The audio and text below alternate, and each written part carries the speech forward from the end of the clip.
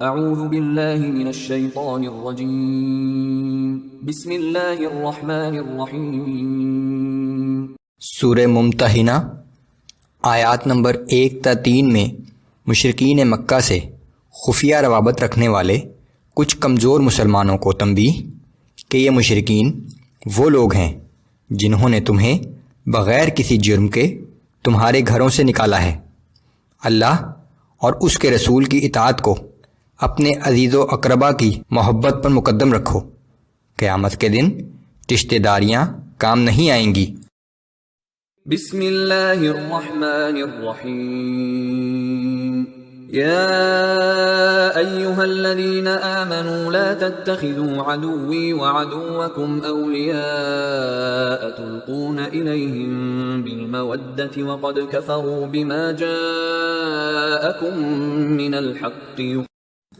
اے ایمان والو، تم میرے اور اپنے دشمنوں کو اپنا دوست نہ بناؤ کہ تم ان کو دوستی کے پیغام بھیجنے لگو، حالانکہ جو دین حق تمہارے پاس آیا ہے وہ اس کا انکار کر چکے ہیں۔ یخرجون الرسول وإیاکم ان تؤمنوا باللہ ربکم۔ وہ لوگ رسول اللہ صلی اللہ علیہ وآلہ وسلم اور خود تمہیں محض اس بات پر جلا وطن کر چکے ہیں کہ تم اس اللہ پر ایمان لائے جو تمہارا رب ہے۔ ان کنتم خرجتم جہادا فی سبیلی وابتغاء مرضاتی تسرون الیہم بالمودۃ۔ اگر تم لوگ واقعی میری راہ میں جہاد کرنے اور میری رضامندی کی تلاش میں نکلے ہو تو ان منکروں کو ایسا دوست نہ بناؤ کہ دوستی کی وجہ سے تم انہیں خفیہ پیغام بھیجنے لگو۔ وَأَنَا أَعْلَمُ بِمَا أَخْفَيْتُمْ وَمَا أَعْلَنْتُمْ۔ حالانکہ جو کچھ تم پوشیدہ کرتے ہو یا اعلانیہ کرتے ہو میں اسے خوب جانتا ہوں۔ وَمَن يَفْعَلْهُ مِنكُمْ فَقَدْ ضَلَّ سَوَاءَ السَّبِيلِ۔ اور تم میں سے جو کوئی بھی ایسا کرے گا تو یقین جانو کہ وہ سیدھی راہ سے بھٹک گیا ہے۔ اس آیت کا پس منظر فتح مکہ سے پہلے کا ایک واقعہ ہے، جب مسلمان مکے پر حملے کی تیاریوں میں مصروف تھے کہ ایک صحابی نے ان تیاریوں کی اطلاع ایک خط کے ذریعے خفیہ طور سے کفار مکہ کو بھیجی۔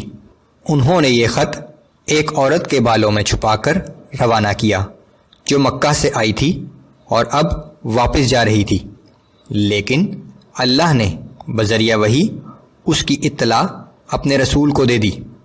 رسول اللہ صلی اللہ علیہ وآلہ وسلم نے حضرت علی اور چند دوسرے صحابہ کو فوراً مکہ کی طرف روانہ کیا، جنہوں نے اس عورت کو راستے ہی میں پکڑ لیا اور وہ خط اس کے بالوں سے برآمد کر لیا۔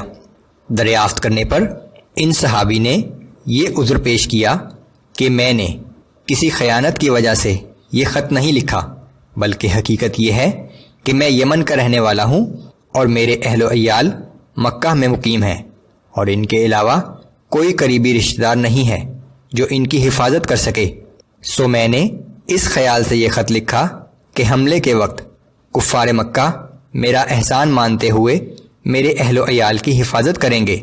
یہ صحابی جنگ بدر میں بھی شامل تھے۔ رسول اللہ صلی اللہ علیہ وآلہ وسلم نے ان کا عذر قبول کرتے ہوئے انہیں معاف فرما دیا۔ إن يثقفوكم يكونوا لكم أعداء ويبسطوا إليكم أيديهم وألسنتهم بالسوء وودوا لو تكفرون۔ جبکہ ان کافروں کا رویہ تو یہ ہے کہ اگر وہ تم پر قابو پالیں تو تمہارے دشمن بچ جائیں، اور برائی کے ساتھ تم پر دست درازی اور زبان درازی کریں۔ وہ تو یہ چاہتے ہیں کہ تم بھی کسی طرح کافر ہو جاؤ۔ لن تنفعكم ارحامكم ولا اولادكم يوم القيامة يفصل بينكم والله بما تعملون بصير۔ قیامت کے دن نہ تمہاری رشتہ داریاں تمہیں کچھ فائدہ دیں گی اور نہ اولاد کچھ کام آئے گی۔ اس دن اللہ تمہارے درمیان جدائی ڈال دے گا، اور جو کچھ تم کر رہے ہو اللہ اسے خوب دیکھ رہا ہے۔